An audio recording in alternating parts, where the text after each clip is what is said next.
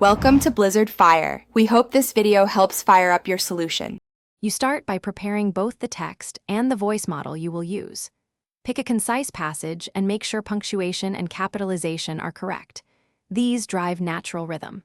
Once done, select a single TTS voice, neural models sound most natural, and load a sample to compare tone and pitch.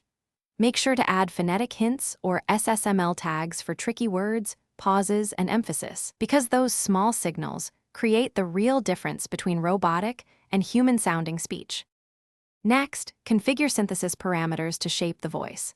Adjust speaking rate and pitch in small increments so you preserve intelligibility while achieving desired expressiveness.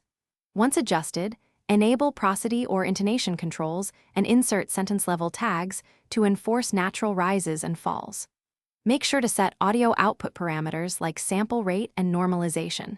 Apply noise reduction if the model supports it. Test short clips repeatedly, because iterative listening and tiny tweaks produce the most. Finally, render the full audio and perform a focused review.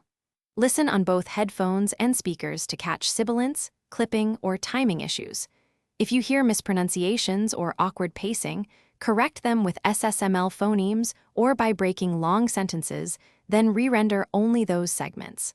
Once satisfied, export the file with proper metadata and a backup copy. If something sounds off, a quick troubleshooting step is to lower the speaking rate by 5–10% and reintroduce pauses. That often cures robotic cadence. Thanks for watching. If you found this helpful, don't forget to like and subscribe.